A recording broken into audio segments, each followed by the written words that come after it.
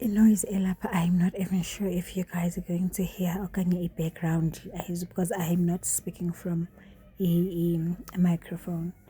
If let and we don't have umbani. Guys, let us talk about the polygamist. Guys, it's on Netflix. I think it be available nini on the 12th of June. Ne? So the polygamist is this man, this wealthy man, who's got umfazi wakhe, which is uJoyce nabantwana bakhe abathathu, Menzi, Menzi the girl, and the last one. And then unale business yakhe ke kuthiwa yi-20 yi-JJ. So kule business yakhe uqashe this new, I think ebe-intern nosisi. Hey sana, andiyazanga and usisi ungene ejola no-brother wakhe. Ungene ejola noMagesh. Xa esithi usisters uMathiba, hayi ke sana wabona qonda bajonga eyona type yam yile ingu-brothers. Jonga uthe enqandwa uMathiba ngophuma izithuba nguye ufuna uhamba ase ngokwakhe ii-files zakhe ku-CEO webusiness okanye ke owner yebhizinesi. Hayi ke nyhani ke the PA yancame yamyeka uba okay fine number izise. Okay khangamyeke because wabaleka wawungena wayozintrodyusa phaa. Hayi sana wayozintrodyusa ngokwakhe. Emva koko animazanga uba uMathiba for umntu ofika eofisini abe nesibindi esingakaya sobamba isandla sebhosi asiphulule. Hayi amanye amantombazana guys aya-excela. Aya-excela sana. So uMathiba sana wambamba isandla wamphulula, uphulula ubhosi wakhe uJonas namqonda uba Gomora. Nqonda uba okay and understand but ke it's fine. But ke iphelele uba uMathiba ede ecaba uJonas lo uyamthatha umenzo wakhe, uyamvulela yonke into, wamnika nje felefele free mahala. Wafumana ke ipost within 5 months elapha kule business, kule company. Waqaba kwakhe wamcaba uMathiba wamxelela uba I'm dating your brother. Uthi ke ngoku omnye ubani ba Mlahla Mugabe, kutsho a whole married man with a family. Hayini bethuna namadoda uyaba. Hayi ke sana uthi nyhani ke uMathiba wadampa uMagesh. Thina mose siyazi uMagesh etshatile noEsi. Hey guys, izitori zale nto hayi unbelieve umuva. Hayi ke nyhani ke emva koko uJoyce utshize umfazi wakhe lo waziwa ngumntonke caba bekhulelwe kumntana wabo wokugqibela. So uJoyce beyobeleka. Apparently uJoyce was this no Jonas bebe this happy family yaziwa umhlaba wonke. uJoyce yena umsebenzi wakhe influence. uJonas ke ngulo unezibusiness ufumana ezithi uyi-tenderpreneur yabo but une-company yakhe enkulu also. Okay fine. And sizoyazi later uba kwa ezithenda wazifumana ngenxa kaJoyce. It's giving laa myeni kaLeleti. LeLeti laa ntombazana lebisanotrenda ngoku imhlophe betrenda ngoku umyeni wabo kuthiwa lahla umfazi wayo. Yeah, it's giving those vibe uba wena unceda umntu the next thing after amnceda akubona usisidenge anyuka galavant. Hayi ke nyhani washiya umfazi wakhe laa bhuti esesibhedlele waleqa uyojola. Hayibo njani. Hayi ke sana caba ke ujole uMathiba nguNontroyi wentombazana sana ongayibambiyo leyo. Mxelela straight bathi wamamela apha ndifuna ulahlela mfazi wakho ndim lo ndizawuthini mna tontontoni. Yayiva uJoyce ngenxa yomsindo bafazi ngenxa yomsindo uJoyce waqoma mayina udiniwe sana kuthetha nale nto wathatha abantwana bakhe wahamba wayobajula.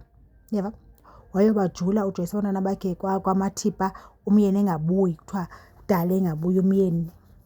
Aba usana ugowa takaba ugowa akasakhoni nozibamba wathatha umntana wamshiya kwaMathiba. Guys andizuyenza exactly zizawubamba phaa naphaa but ndizawusiketha istory. Umntu onganayo tu uNetflix uzawubamba phaa naphaa because ngamagqaba ntshintshi laa ndiza na. Hayi sana. So wasabantwana ke nyhani uJoyce yaba ndiqale uyibukela this thing yesterday okoko bendikhetshapha kanqoba ayiyekeki.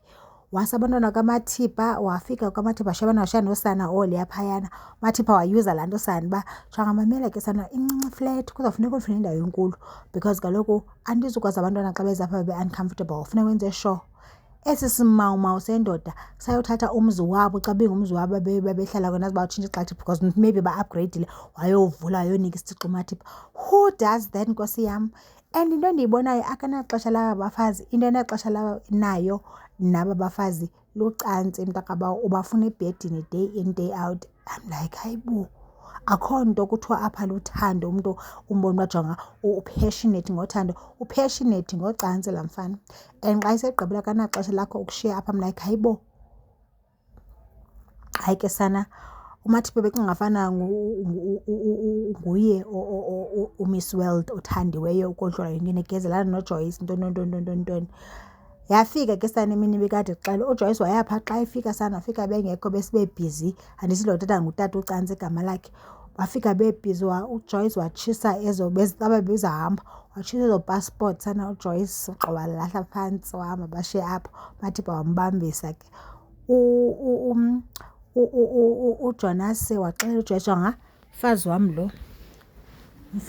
lo ambokhansilisha laa tyala makakhululwe sana into endizifaka kuyo wakhululwa nyhani sana uJoyce because kaloku ngumfazi kaJonas nawe ucinga i-relationship uba uyayifuna i-relationship uzawuzela ifunwa deep qoba hayi ke sana tshini bethunani hayi jonga emva koko nyhani ke watshisa okay yadlula le wakhululwa uJoyce ndithanda and jonga yenzeka loo nto le izawuba yi-anniversary kaJoyce uJoyce caba uthi bull nonsense andiyicimanga into yobana mna nawe besizawuba ne-anniversary 20 years sisezawuyenza ngaphezu kwala manyundu lulundenza le we are still going to celebrate our anniversary and you are going to act along.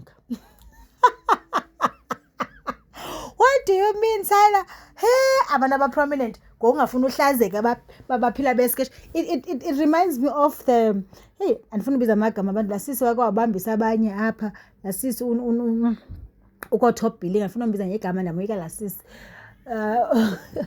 lamyeni wakhe unegama eliqala ngu-R wathi laa nto yakhe uba kuthiwa uyavela unje wasala sisi wathi I sue you if you're going to talk about my husband like that.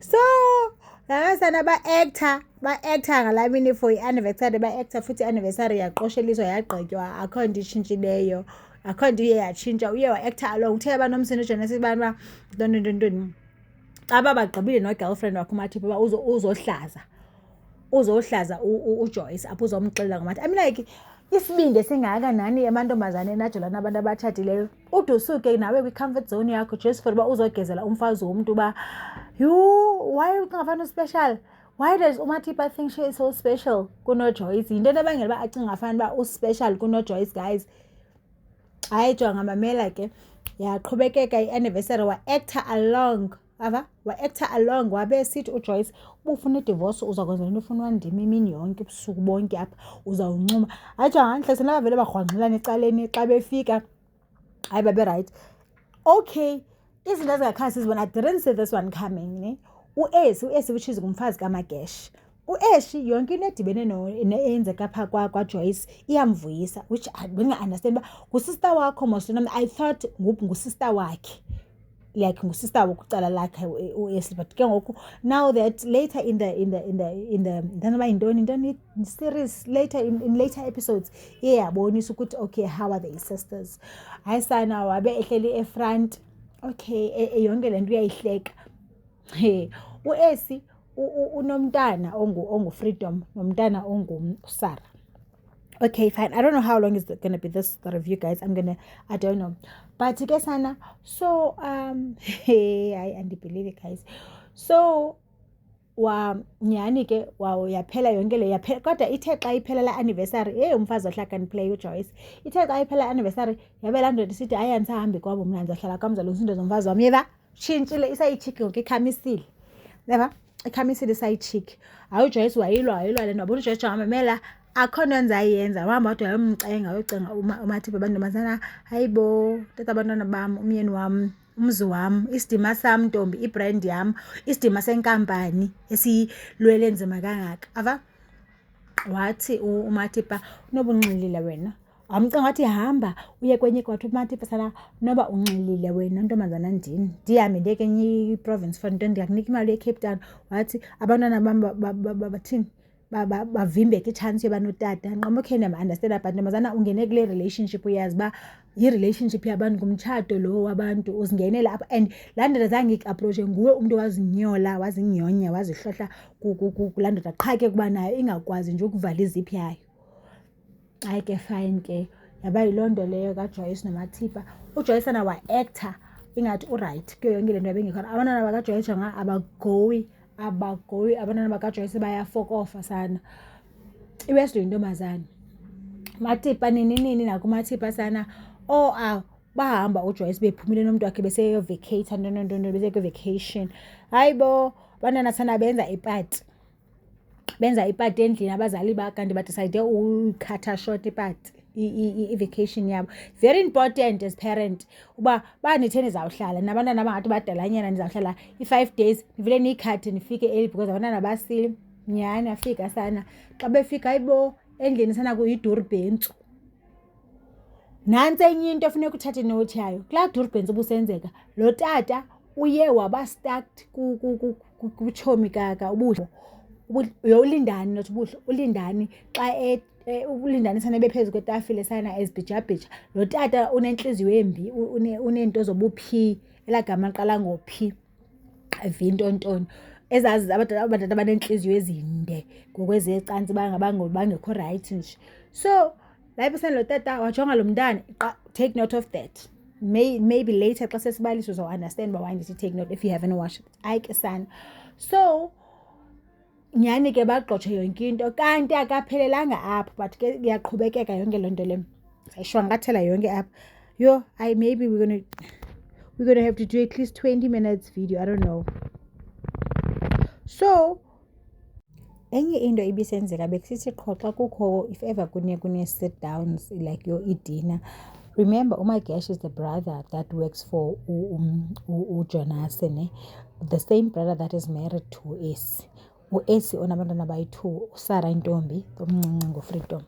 Each and every time there was this time ke ngoku apha uFreedom khona, not uFreedom and uSarah abuza khona athi yena it's nice to be kubani kala mntana igama lathi ndimlibala, kuthe ngubuli okanye ngubusi. It's nice to be lo mntana kaJonas because yena unotata present, yonke into ayidingayo uyayenzelwa. You understand?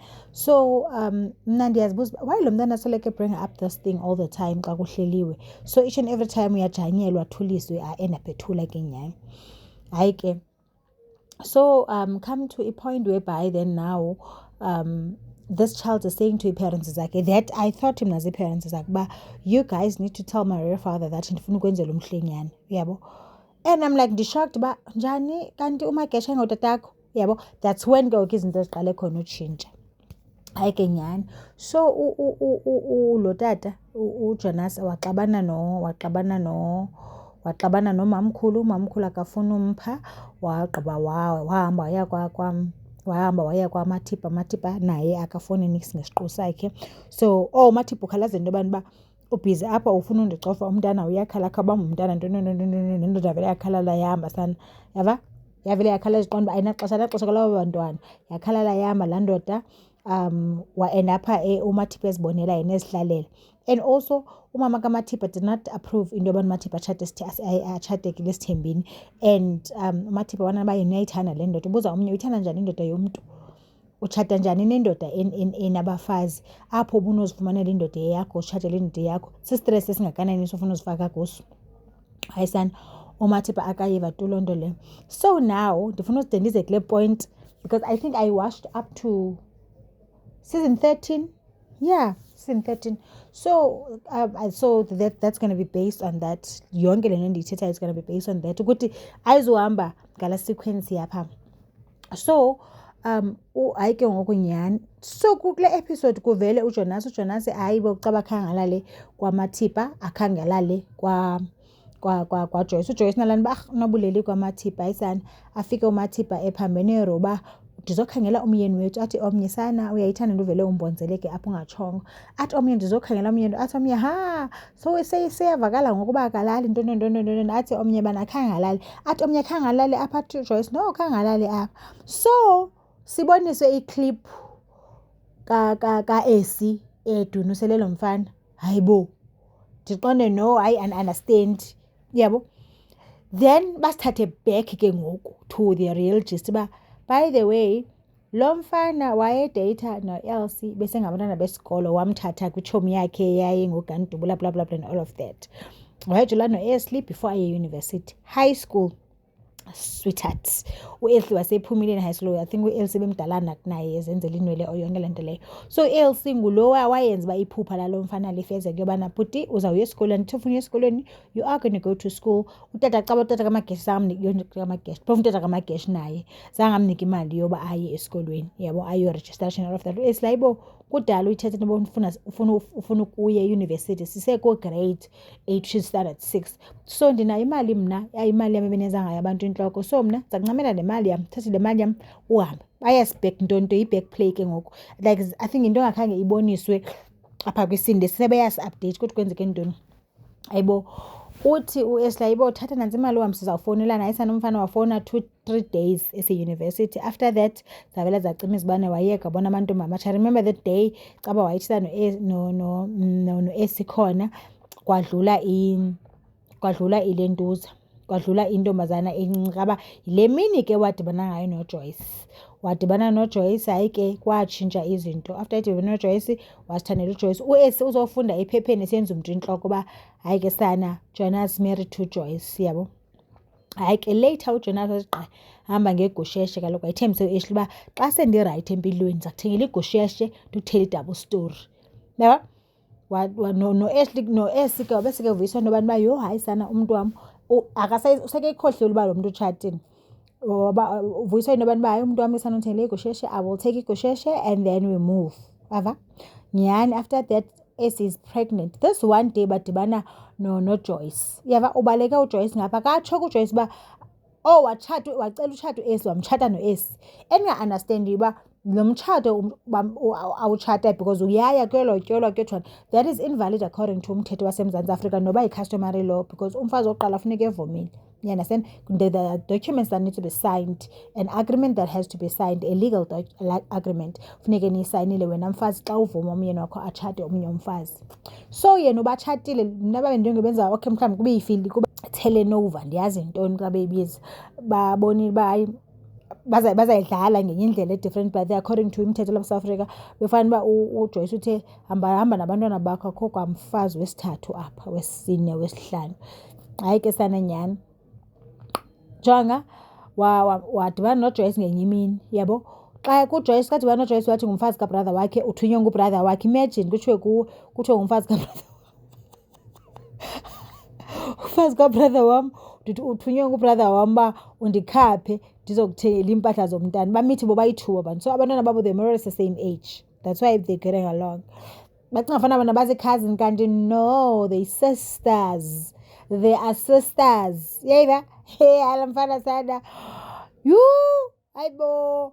Jonga, wothuka loo nto. Esi wabuza, hayiba ukamxele kanti uJoyce. uJoyce ke naku-happy bana nangu usister like umakoti wasemzini wam, like so bayi-2 singoo-sister mos, because sitshatelwe kulo mzumi. Nyhani sana, yabe ivezela uba hayi kanti wabatshata bobabini. And then u-Esi wathi uzamxelela uJoyce, but wamthengela zonke into u-Esi ayithe mpromise ngazo elokishini, wamthengela indlu elokishini. Njengoba nje uJoyce ehlala kwipomakazi yena entabeni, isolated, yena lo umhla sesigqubhugqubhini phaa elokishini. Okay, fine. Le nto iyafihlwa. And no, yile yenza uFreedom abe rebellious towards lo tata ba wena koko wafika empilweni kamamam, okomqhala kakubi umamam. Okokumqhala kakubi umamam, sesinje nguwe. Yana sena, okay, fine. Lo intombazana yena uya-enjoy tatakhe khona. Apparently uyayazi uba utatakhe ngubani. Yabo, that's why vele afuna ukugabha zonke iindaba noba kunini afuna uphahluka nje. So seleke bemgadile ngalo lonke ixesha uSarah uba Thixo uSarah angathethi, because uSarah uhleli nje ufuna uphahluka yena udikiwe kufihlwa, because ufuna utatakhe. Ndiyam-understanda nam uba noba kunjani ungabi natata. Fine, akho ngxaki. Hayi ke kwavele sekuvelile ba ke ngoku the girl, you how many minutes is this, sekuvelile uba nawo uMathipa unamawele usadilishana naleyo yeva, because kaloku uJoyce kwakuthiwe kuyiMathipa uyekiwe. uJoyce now has to deal with into abantu uMathipa unamawele. Hayibo bethina nomyeni, and the way atsho ngakhona kuJoyce ba uzaba right izawudlula, like akamcengi, like akamlindi noba ahile, like it's a matter of uba ndiza kwenza le ndifuna uyenza and then we pass. Xa ungafuni it's like laa nto kamseleku abafuna uhlala bayahlala, bahambayo bayahamba, akanaxesha la feelings zenu osogqiba yonke into ayenze ngaye. Like that whole thing for me, it's more like umseleku but in a scripted version. It's exactly like that. Osogqiba leyo bana ufine athi kunabafazi abatshatwa kudala, like the situation kaMakhumalo, ufine athi kunabafazi abatshatwa kudala but now you don't know for 20 years umuntu unomzi unefamily ephila. That's why uMakhumalo avele aphole ngemini xa kuthiwa ufika izolo, because uMakhumalo ezaba yena kudala etshatiwe phaya. You understand into? So everyone here is misled kuyo yonke le nto yenzeka apho. Umuntu wenziwe upopayi, yabo, especially uJoyce shem. Poor Joyce, ajonga uJoyce bamenze imumu, okoko beyimumu phaa kula relationship, okoko wayeyimumu sana namfazi. Laa ndoda he's just doing himself nyani ke. After that undini nakuthetha guys. After that okay, maybe let's just wrap. Okay, no, masigqibe. So because different I can feel bandini ukuthetha. So after that bakuveleleyo, so na abafazi bakhe bonke bamqumbele, uMathipa umqumbele, lo mqumbele sana umntana lo mntana une-anger, wabazi phone uSarah, wabazi phone zo siblings zakhe, but ke abanye bebengayazi bazi siblings, yena ecinga afana bazilenduza becinga afana bazi cousins kanti bazi siblings. Waba ifoni zabo, utata khe shem wancama wamthengela ibirthday ngale mina agqibozigiva nomama wakhe wancama wamthengela ifoni nyana. After emthengele ifoni notata, lo mntana ke ngokwenziwa ke ngoku ubhaptizo labantwana lamawele, which is the twins zikaMathipa. Okokuqala akakhange involve nokum-involva uJoyce kuloo nto leyo, but siza kwenza lapha kacaba into engakhange kufunyanwe ivenue, okanye ivenue iyaba-full booked or something le uMathipa beyibhukile. So now he comes to Mathipa and say no, abantwana whatever they need iza kwenzelwa kokwabo phaa kwam endlini. So Mathipa like, did you speak to Joyce? Athi ayidoko ligayelo wena lelo. So I want to believe nyani ke uMathipa becinga afana uba nyani le ndoda ithethile nomfazi wayo. Nyani noJoyce ushocked sana le ndoda ibhizi yaprepare kuzawupatwa eyadini kaJoyce. uJoyce akayazi yena loo nto, hayibo, uJoyce akayazi yena loo nto leyo uba kuzawupatwa apha kwam and mna andiyazi, mna mninindlu, decoration everything is done, like iziqonda uba akanexesha la mntu ixesha la feelings mfazi. Yo ayisana umfazi le, like umfazi kuye khumbula the ancient time where abafazi besetyenziswa as just a tool as kids, bebenganikwa mbeko, like akho mbeko abafazi nabantwana ngobanikwa imbeko. Abantwana bethu siyabanika i-respect, hayi sana banikwa benganikwa mbeko umfazi then. So uJoyce is like, hayibo Mathipa uthi bendingayazi Joyce. I really like the fact that afterwards they I think they kind of find, because ndiyababona i-common enemy yabo ibisengulo myeni wabo ngoku. So they find a common ground. uJoyce called Mathipa and like, you know what sis, I do apologize, bendingafana nyani uyayazi le nto and uyenze ngamabomu. I didn't know uba le ndoda lena iziplanele, yabo. Akhange thina akhange mna ndibe involve ekuplaneni le nto yayo uba iza kwenza ipati yabantwana. Okay, fine, sharp. Hayibo uSarah kabize umuntu kasista wakhe ecaleni, nhliziyo embi, biza umuntu kasista wakhe ecaleni sana for yolalana yonke laa nto man i-based on abantu abaphaa yonke into edibene nocantsi iyabhora at some point. That's what irritates me ngayo yonke le nto, ina too much nje, yabo. So but ke bayatsho ke from 18 and above. So nyani ke emva koko lo mntana sana okay fine, umama wakhe wathe emnqanda, hayibo yintoni uyenzile, wamthatha ke nyani bahamba hlazi lala no-boyfriend kasista wakhe erumini kasista wakhe. Yintoni uyenzile, yintoni nyani ke laa mntana afika endlini caba umama wakhe wamphusha yamistake uba efuna udlula. Phusha umama wakhe sana wawa, umama wakhe wafuneka umama wakhe abesesibhedlele. Ngosekenestress xa ifika esibhedlele wabe umama wakhe ehleli wafowunela itshomi ayipick up, wafowunela utata akekho usebomandini, usepatini. Utata usepatini sizabuyela kuyo uba besepatini nabani. Hayi uJonas guys nenzeni inhloko ebuhlungu. Sizabuyela lethi uba usepatini nabani. Usepatini nyhani ke waya just imagine waya uJoyce being usisi wasemzini wami sister wife wami lo ngusisi wethu ngusisi wami apha emzini wami. So nakanjani xa ingekho right ndiyanyani waya uJoyce xa ifika phasana la mntana waphahluka uSarah ba sekunjenje ungenxa yakho because umama ebefuna uprotector wena all along. Hayi xa uJoyce umbuzi like waphahluka ndimxelela yonke into uba yena utata khe ngibani kwaze kasho kacima. Imagine zonke ezi zinto zenzekayo uJoyce akazivi ngoba ngomyeni wakhe amhlalise phansi athi okay mfazi wami umuntu oyipolygamist. Uyipolygamist njani khona engakhange atsho uba ufuna uba yipolygamist lo mfana. Kutheni mna ndiba shocked into yobana uyipolygamist ngumyeni wam? Kutheni ndingazoyazi like ndithemba be shocked?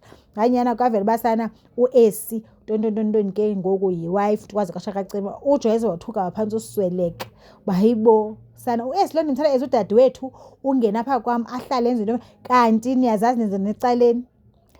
Hayi sana wathi uJoyce hayi ndisihlambile ezamedlanza. So wabekwatile ke ngoku nomakoti omtsha uMathipha wabekwatile naye ba hayi sana yayihlukana nami xa ifike ufuna umcofa kafuna wabe ke ngoku equqa kwaEsi ke ngoku brothers equqa kwaEsi because uEsi nawe uyavuya ibirthday andithi ibirthday idla ngoplanwa apparently idla ngoplanwa nguJoyce because kaloku benguJoyce qho laa tata ibirthday wayityela sana kwanhliziyo ndise wayityela kwaEsi kumandi phaa baphuma baye eklabhini noEsi. So uLindani wambona phaa ejayiva noEsi ebambe isinqa sikaEsi sana ejayivela phezu kwetafile noEsi. Yho hayi indaba zakaJonas guys hayi ziyadinisa. Every time ubukela ufuna ubona uba ayibona kuzakenzeka ntoni ke wafika ejayivela esinqani phezulu kwaEsi. After leyo into abonelanga nyhani ke after wafind out ke nyhani wabe find out uJoyce ngale. So uEsi xa isiyefuna uyazi ezofuna umyeni wakhe ngoku naye bethunani naye ufuna umyeni wakhe wabe uEsi urongo because uEsi naye uthathwe eyazi uba kwenzeka ntoni uba uJonas utshatile and yena mntu wayibonayo wavuma into engekhoyo wavuma ufihlwa kwafihlwa abantwana yonke loo nto leyo uyandazi. So urongo akakwazi nosijustify uba why enokwenza because nyhani uJoyce uphambana ngakhona uJoyce ayibosana ndenziwa isibhanqa ngumntu wonke umntu ndibona ndinguDomi mna apha after ndibe kind ebantwini abaninzi but still ndibona ndinguPopayi. It's like it's giving this girl all small stuff when she was saying ba you guys knew ukuthi my husband is cheating. Everyone else knew ukuthi myeni wami uyachitha but you all kept quiet. Yabo hayi inoba ibhlungu nyhani laa nto abantu bayazi wena besisimuncu ungazi nix bengoDom ngento ezenzekele kwakho. Wabiza uMathipha sana wamxelela ngoElza athi uMathipha so what does that mean? Wathi omnye it means ba ungunumber 5 doll. Wafika uJonas sana uEsi saqala usafuna umnqumela embuza wathi uJonas hayi so yenza ntoni ubungunamba banoyo awukho apha ngoku are you not here kule ndawo uthe ufuna uba kuyo awungumfazi wami. Awungumfazi wami na sinibuza into ekhoyo girl ubuthe ufuna uba ngumfazi wami so ulapha ungumfazi wami ke ngoku leyo mayikwanelise and uphume kum. Uphume kum yeva. So afuna ba understand ba kukho uEsi ke ukhona abantwana nomntana umtsha kaEsi. Hayi ke khona like xa sasibona letha hayibo umenzi unyana wakhe firstborn son wakhe ubethanda uLindani kakhulu qha uLindani bejola nale boyfriend yakhe so engafuni nix edibanise noMenzi. Hayibo uthe uMenzi eseklabhini no cousin wakhe which is the brother kaSarah uFreedom umntana kaEsi ifirstborn nyhani xa seseklabhini njalo sana uMenzi xa isithi uyanyuka yena ufowunela uthanda lo mntana mos ufowunela uzofowunela yena uLindani ntoni andingayazi noba uLindani ebethoza eklabhu okanye the xa inyuka iziteps esithi sana uLindani sana goqa phakathi kamathanga katatakhe. Yho hayi yabona ke leyo hayi it gives Mseleku vibes because uMseleku wakwazi uthatha i-friend yabantwana bakhe uCocomelon wayitshata. It gives mna ingathi bathathe yonke into ephaa kuMseleku bayiscripta but that is Mseleku. Laa nto yobana kubekho abafazi abafihlwayo abanye bathi utshatwe izolo utshatwe ngemini ethile kunabantwana abafihlwayo kungathathi into engeva, it gives laa Mseleku vibes yonke laa nto leya. So I'm like hayibo sana lo tata umntana sana waphunyelwa sisusu laa ndoda yamngenisa endlini idiphele apho ke akhange ndiphinde ndiqhubeke. I think it's, I don't know uba ngu-episode bani, and then ngoku wabe waya kwasisi lo uMathipha uMama Twins, waya kuMama Twins wabe emfuna apha sana kodwa usuka kwaLindani. Lindani the child Lindani, the friend to the kids of his. Yo hayi abanye amadoda guys anantliziyo andiyazi bagigelwa ngusathana noba kwenzeka ntoni, because those things do happen. Abantu bayazenza ezi zinto and it's the very scary nyani ziyothusa. So nyani waya phaya wabesuka kulaa mntana engakhange amyeke yena qala wade waphunyelwa. Andiyazi ke reason yophunyelwa sisusu but ke kodwa uthe laa mntana xa imfowuni wabengafumaneki kodwa mntana yibo ubuthe xa ndifowuna uzabukhona okokoko but ndikufowunele ndisengxakini awukho. Akho nto ibuhlungu njengoba kwi-relationship nomntu ongekho available. Xa umdinga the most, umntu who don't mind not answering your phone calls, like you are dating yourself in such mos. So after emthathile wamsako madebe nombonisa indawo wamthina laa mntana walose i-relationship yakhe yamanyani, find out that she is also pregnant there. So wabesithi omnye no I'm going to a-gynecologist. Wathi laa mfana mna ndidinga only 5 minutes of your time. Wathi laa ntombazana ungakulinge, I am not your sex toy. Ambozikhangelela if uyafuna mna andizi. Ndabe ndiqomba yeke uyamnceda yona ke luqhala kakubi lo mfana lo wakho. Phofu ke wawumtshate umazi wamqhelisa kanjalo. So wanyana kavuma wayasana wabesiya kwi-gynecologist. Gynecologist sana yamxelela abantu basana baby girl unegonorrhea wena, izifo zangaphantsi sokwabelana ngesondo nabantu abayi-120 leventini yonke laa nto. So eshocked uMathipha guys sizawuqhubekeka from there ukuthi what went down. Clearly la family noba yonke izawugula. Yeah, for me it is giving uMseleku athatha abafazi ayolobala abanye abafazi abanye bangaziwa bakhona athathe nabantwana abancinci apha wenza abantwana there and there but zange ndambona available the whole day umntana akhe ubone uba uspend ixesha nomntana akhe li-serious disown abantwana bakhe because abantwana bakhe they standing for truth. It's giving that but if ebescriptiwe besizawutsho but it's exactly whoever that came with an idea of ukwenza laa nto is-serious and is-serious noba yintoni noba ndiyazi uba yintoni idrama or what but ke sana ayosophi kodwa yiyo loo nto yiyo guys. If you're new to the channel, please do not forget to like, share and subscribe. And sana it's on Netflix. Yo ndive abantu beyihype bendingenayo no-Netflix ndava abantu beyihype sana qonda uba I need to get my hands sana to uNetflix ndizobukela ndizokwazi ushera nabantu basekhaya. Baba yini bethunani masidibane nezantsi sincokola ngalo mfana guys. Nicinga ntoni ngalo mfana? Ikhona into erayi ngalo mfana? Akathwelanga ngabantu sana guys. Into layenzayo uJoyce yena uzincame ngeyiphi indlela. Ikhona into enza nguJoyce uba uthi sowuphumile sowuzixela uba uyaphuma umama kuthi amcenga athi mntanam this is too much. Like uzawusweleka uJoyce xa isivale kaLindani. Papa yini bethunani?